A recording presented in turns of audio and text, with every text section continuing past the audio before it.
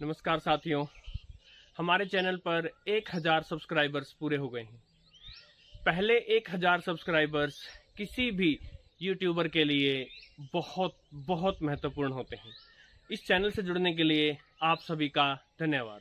साथियों, प्रायः बहुत सारे चैनल स्टार्ट होते हैं किंतु कम ही चैनल हम 1000 सब्सक्राइबर्स तक पहुंच पाते हैं। इसके अलावा कई चैनल्स ऐसे हैं जो 1000 सब्सक्राइबर्स तक पहुंच जाते हैं लेकिन उसके बाद आगे कहीं नहीं जाते। तो देखते हैं इस चैनल के भाग्य में क्या है, ये कहां तक जाता है। साथियों, इस चैनल पर कई वीडियो ऐसे आए जो YouTube पर भारत के इतिहास में पहली बार आए। इनमें से एक था जो मेरा ओरिजिनल सॉन्ग था विकास जी के साथ शहीद भगत सिंह पर। इसमें शहीद भगत सिंह जी के जीवन की पूरी कहानी को एक ही गीत में लाने का प्रयास किया गया था। अब देखिए, वैसे तो भगत सिंह जी ने अपने छोटे से जीवन में बहुत बड़े बड़े कार्य किए थे, हर कार्य को गिनाना तो संभव नहीं था, किंतु फिर भी उनके जन्म से लेकर उनके माता पिता के नाम के विवरण से लेकर और अनेक उनके जीवन में घटी घटनाओं को एक ही गीत में लाने का प्रयास किया। संभवतः भारत में ये पहली बार हुआ। इसके अलावा साथियों, यह संभवतः भारत का पहला ऐसा YouTube चैनल है जिस पर शॉर्टवेव पर उन सभी विदेशी रेडियो स्टेशंस की सेवाओं को लाइव जाकर दिखाया गया जो हिंदी में अपनी सेवा प्रसारित करते हैं। इसके साथ साथ उनकी फ्रीक्वेंसी और प्रसारण का समय भी दिया गया। इसमें सिर्फ चाइना रेडियो इंटरनेशनल को शामिल नहीं किया गया। 6 ऐसे रेडियो स्टेशंस हैं जो अपनी हिंदी सेवाएं अभी प्रसारित कर रहे हैं, उनमें से 5 को लाइव जाकर दिखाया गया।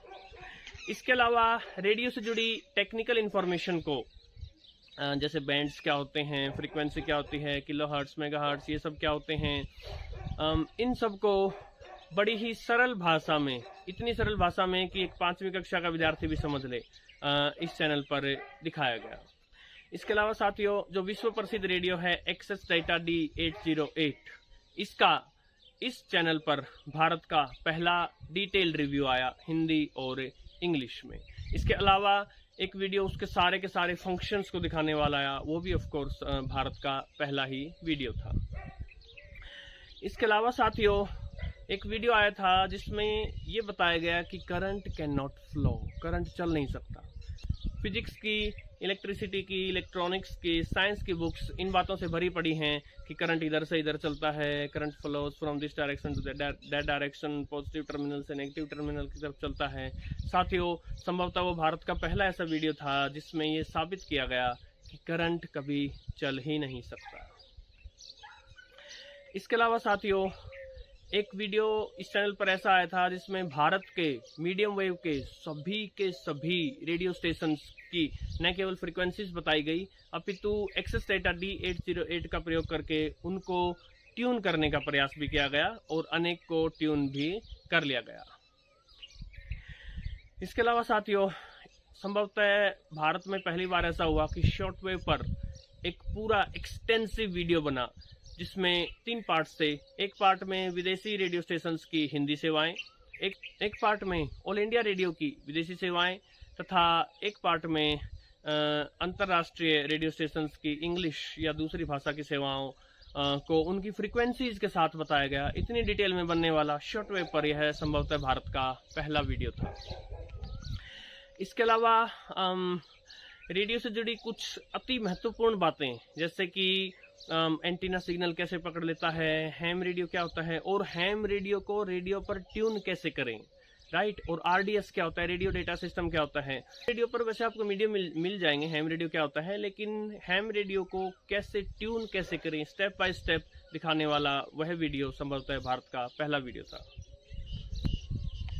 इसके अलावा साथियों, मेरा तीसरा ओरिजिनल सॉन्ग, ये भी भारत का संभवतः वो पहला गीत था जिसमें एक गीत के माध्यम से, आर्टिकल्स वगैरह तो आते हैं लेकिन एक गीत के माध्यम से अलेक्जेंडर यानी सिकंदर को एक्सपोज किया गया। विदेशी इतिहासकारों ने अलेक्जेंडर को अलेक्जेंडर द ग्रेट बताया और अलेक्जेंडर और पोरस के युद्ध में अलेक्जेंडर को विजयी बताया, किंतु इस गीत में एक दूसरे पहलू को दिखाया गया जिसमें कि पोरस यानी महाराजा पुरुषोत्तम ने कैसे अलेक्जेंडर या सिकंदर को हराकर भगा दिया था, उस विषय को सामने लाया गया। साथियों, इसके अलावा वह वीडियो भी संभवतः भारत का पहला ही वीडियो था जिसमें एक लो एंड पर खड़े 500 रुपये के अर्पण रेडियो को एक हाई एंड की तरफ खड़े 9000 रुपये के एक्सेस डेटा D808 से कंपेयर किया गया। और यह कंपैरिजन काफ़ी एक्सटेंसिव था, 4 पार्ट्स में आया था, मीडियम वेव, शॉर्ट वेव और FM पर इनका रिसेप्शन तथा बिल्ड क्वालिटी, साउंड और फंक्शंस, इनमें अंतर। इस प्रकार का वीडियो संभवतः भारत का पहला ही वीडियो रहा होगा साथियों। तो मित्रों, ये तो थे डूज, यानी इस चैनल पर क्या क्या किया गया। अब आ जाते हैं डोंट्स, क्या क्या नहीं किया गया। तो साथियों, सबसे पहली बात तो ये कि वो 3 शब्द जिनको सुन सुनकर भारत ही नहीं पूरे विश्व के लोग पक चुके हैं, लाइक, शेयर, सब्सक्राइब। प्रयास ये किया गया साथियों कि इन तीनों शब्दों का प्रयोग ना ही किया जाए। मैं यह मानकर चला कि यदि अच्छा कंटेंट प्रस्तुत किया गया तो लोग लाइक भी करेंगे, शेयर भी करेंगे और सब्सक्राइब भी करेंगे। इसके अलावा साथियों, किसी भी स्टूडियो का सेटअप नहीं किया गया, कोई आर्टिफिशियल लाइट्स या आर्टिफिशियल बैकग्राउंड नहीं लिया गया, प्रकृति की गोद में आकर वीडियो शूट किए गए साथियों। इसके अलावा किसी प्रकार की कोई ऑडियो एडिटिंग नहीं हुई, मेरी ओरिजिनल आवाज़ आपने सुनी। इसके अलावा वीडियो एडिटिंग मिनिमम की गई, जहां कुछ मिस्टेक्स हो गई थी या कुछ अनवांटेड कुछ हो गया था उन पर कट्स लगाए गए, दैट्स ऑल।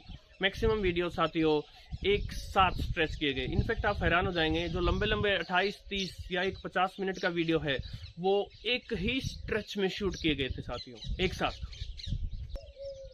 इसके अलावा साथियों, एक और चीज़ जो नहीं की गई वो था कमेंट्स को इग्नोर करना। आप सबके कमेंट्स को बिल्कुल भी इग्नोर नहीं किया गया साथियों। मैंने यह प्रयास किया कि हर कमेंट को उत्तर दिया जाए, क्योंकि साथियों आप हैं तो चैनल है, यदि आप ही नहीं हैं तो ये इस चैनल पर मैं बोलकर भी क्या करूँगा। इसके अलावा साथियों, उन चीप ट्रिक्स से बचा गया जो प्राय हम YouTube पर जो वीडियो होते हैं उनमें देखते हैं कि आपने एक टॉपिक का नाम लिया है और आप उस टॉपिक के बारे में कुछ नहीं बता रहे हैं, आप डिले किए जा रहे हैं, बीच में कुछ और बोले जा रहे हैं ताकि लोग बने रहें, वीडियो की लेंथ ज़्यादा लेंथ तक टिके रहें, और आखिर में आकर 2-4 लाइनें उस टॉपिक के बता देना। इन सब चीज़ों से बचा गया साथियों। जिस भी टॉपिक पर मैंने वीडियो बनाया, पहली लाइन से ही उस पर बताना शुरू किया साथियों। इसके अलावा लंबाई की कोई चिंता नहीं की गई। प्राय है यूट्यूब पर जो वीडियो बनते हैं वो लेंथ को सोचकर बनते हैं कि यदि ज़्यादा लेंथ का बन गया तो कौन देखेगा।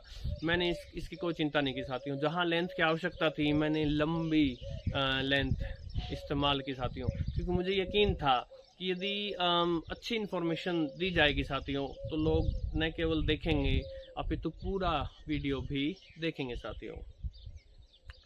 इसके अलावा कोई फैंसी क्लॉथ्स, कोई आर्टिफिशियल बैकग्राउंड कुछ नहीं लिया गया साथियों। जिन साधारण कपड़ों में मैं अपने आम जीवन में रहता हूं उन्हीं में आकर ही वीडियो बनाए गए। किसी प्रकार का कोई भी डेकोरेशन से संबंधित कोई कार्य साथियों नहीं किया गया।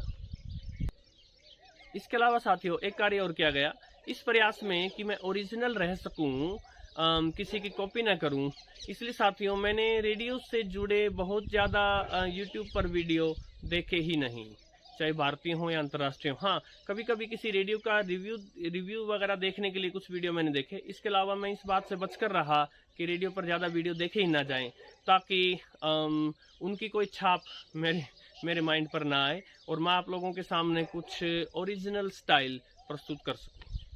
तो साथियों ये तो थे डूज एंड डोंट्स।